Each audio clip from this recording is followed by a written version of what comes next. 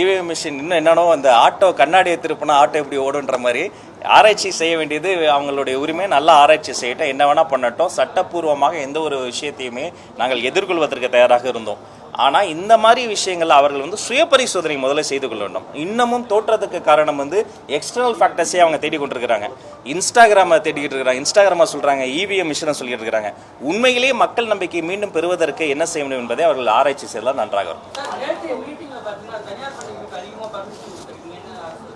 இல்லை, அது தெளிவுபடுத்துகிறேன். அது என்னன்னா, தனியார் பள்ளிகள் 3 ஆண்டுகளுக்கு ஒரு முறை எல்லா தரச்சான்றும் இருந்தும் கூட சம்பந்தமே இல்லாமல் பார்ட்டி ஃபண்டுன்னு 25 லட்சம் 30 லட்சம் 40 லட்சம் வாங்குவதை மட்டும்தான் தடுத்திருக்கிறோம். சர்டிஃபிகேட்ஸ் இருந்தால் தான் ரெனவல் லைசன்ஸ். சம்பந்தம் இல்லாமல் இதுக்கு பார்ட்டிக்கு ஃபண்டு, மினிஸ்டருக்கு ஃபண்டு, சிஎம்க்கு ஃபண்டு, அந்த லஞ்சத்தை மட்டும்தான் ஒழித்திருக்கிறோம். ஆனால் அவர்களிடம் தரச்சான்றோ இன்ஸ்பெக்ஷன் போன இடத்துல அவர்களிடம் சரியான இன்ஃப்ராஸ்ட்ரக்சர் இல்லைன்னா எத்தனை கோடி கொடுத்தாலும் கண்டிப்பாக அவர்களுக்கு ரெனோவலோ லைசன்ஸோ தரமாட்டோம். எங்களுடைய ப்ரையாரிட்டி அரசு பள்ளிகள் தான். அரசு பள்ளிகளும் அரசு குழந்தைகளும் இப்போ அரசு பள்ளிகளை பார்க்கிற பொழுது தனியார் பள்ளிகள் ஒப்புமை செய்கிற போது தனியார் பள்ளிகள் மெயின் ரோட்லேயே வச்சுருப்பாங்க, நல்லா பைபாஸ்லேயே கூட வச்சுருப்பாங்க. அதனால் அங்கே என்ரோல்மெண்ட் ரேஷியோ கூட அதிகமாக காட்டுவாங்க. ஒரு 10 குழந்தைங்க படிக்கலன்னா அந்த செக்ஷனே ஒன்றா சேர்த்துருவாங்க. ஆனால் அரசு பள்ளிகள் அப்படி கிடையாது. குக்கிராமத்தில் வச்சுருக்கிறோம். ஒரு அரசு பள்ளியை கூட நான் மூட அனுமதிக்க மாட்டேன். இன்னும் பொட்டல் காட்டில் வச்சுருப்போம். அவங்களுக்கு சரியான சாலை வசதி இல்லாத கூடத்தில் ஒரு 10 குடும்பம் இருந்தால் கூட அங்கே ஒரு சின்ன ஸ்கூல் இருக்கும், ஒரு துவக்கப்பள்ளி இருக்கும். பழங்குடி மக்களுக்காக ஒரு பள்ளிக்கூடம் இருக்கும். அங்கே குழந்தைகள் சேரலன்னா வீட்டுக்கே போய் வாங்க, உங்களுக்கு நாங்கள் உதவி பண்ணுறோம் சேருங்கன்னு சொல்லி மீண்டும் ஒரு 10 குழந்தைங்க அந்த இடத்துக்கு வந்துட்டான்னு அந்த பள்ளி இயங்கும்.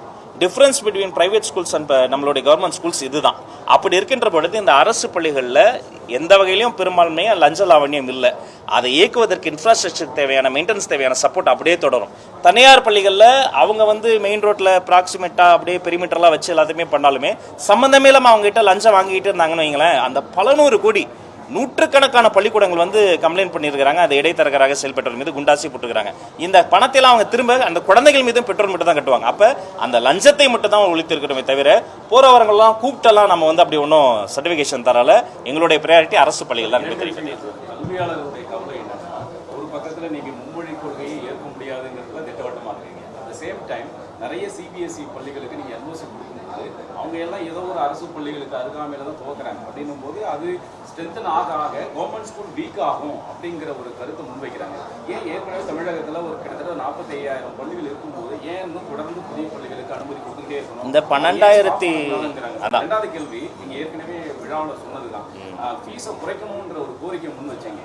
நீங்கள் அவங்ககிட்ட ஒரு ₹1 லஞ்சம் வாங்காமல் அரசு சர்டிஃபிகேட் கொடுக்குதுன்னு நடவடிக்கை எடுக்கிறப்போ அவங்க ஃபீஸை இது வரைக்கும் குறைச்சதா ஏதாவது உங்களுக்கு ஏதாவது ஃபீட்பேக் டிபார்ட்மெண்ட் வந்திருக்காங்க? முதல் கேள்வி, 12,000 சொச்சம் தனியார் பள்ளிக்கூடங்கள் இருக்கின்றன.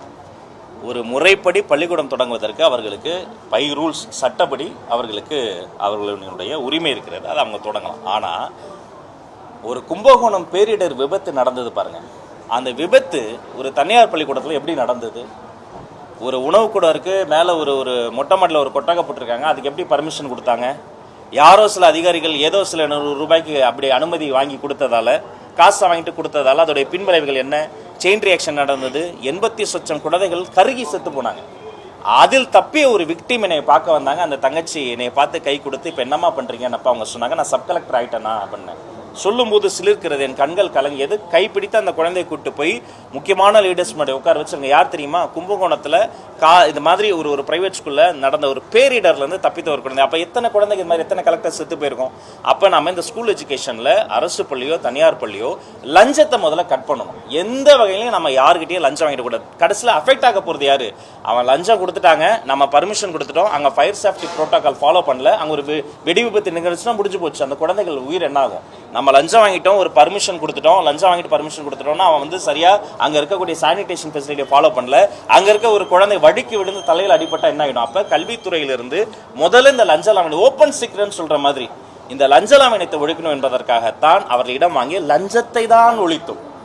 மற்றபடி தரச்சான்றை பேணி பாதுகாக்க இன்ஸ்பெக்ஷன் செல்ல அவர்களிடம் இருக்கக்கூடிய அந்த இன்ஃப்ராஸ்ட்ரக்சரை, அந்த உறுதித்தன்மையை, ஸ்ட்ரக்சர் பில்டிங் செக்அப் பண்ணுறதை மிக தீவிரப்படுத்தியிருக்கிறோம். இதை மீண்டும் மீண்டும் தெளிவுபடுத்துகிறேன்.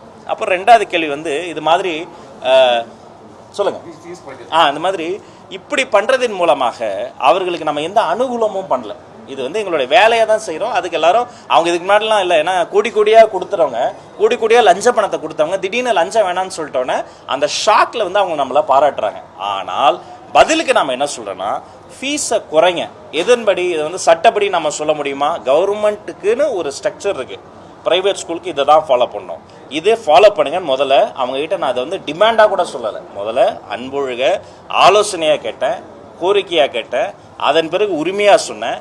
இதன் பிறகும் அவர்கள் வந்து போதுமான அளவுக்கு எனக்கு ஃபீட்பேக் வரலை. அப்போ என்ன பண்ண போகிறேன்னா, இந்த கவர்மெண்ட் நிர்ணயித்த ப்ரைவேட் ஸ்கூலுக்கான அந்த ஃபீஸ் ரெகுலேஷன் கமிட்டி இருக்க பாருங்கள், அதை ரீகான்ஸ்டியூட் பண்ண போகிறேன். அதை மீண்டும் கட்டமைத்து இதற்கென்று கமிட்டி போட போகிறேன். இவ்வளவு தான் ஃபீஸ் என்பதை டிரான்ஸ்பரண்ட்டாக போடணும், இவ்வளவு தான் ஃபீஸ் வாங்கணும்.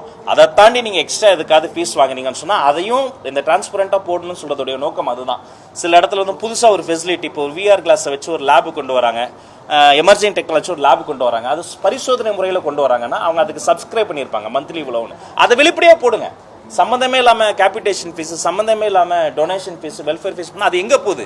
வரி இழப்பு ஏற்படுத்துகிறது, அதில் டிரான்ஸ்பரன்சி இல்லை. அப்போ இதை கண்காணிக்க என்று தனி கமிட்டி போட்டு அது வெகு விரைவில் அதில் வந்து ஓய்வு பெற்ற நீதிபதிகள், கல்வியாளர்கள், இதை போன்ற அவர்கள் எல்லாம் வைத்து ஒரு தனி கமிட்டி போட்டு அவர்கள் மீது நடவடிக்கை எடுக்கணும். பிளே ஸ்டோர் மற்றும் ஆப் ஸ்டோரில் இருந்து பாலிமர் செயலியை QR கோடு மூலம் பதிவிறக்கம் செய்யுங்கள். செய்திகளை உடனுக்குடன் பெறுங்கள்.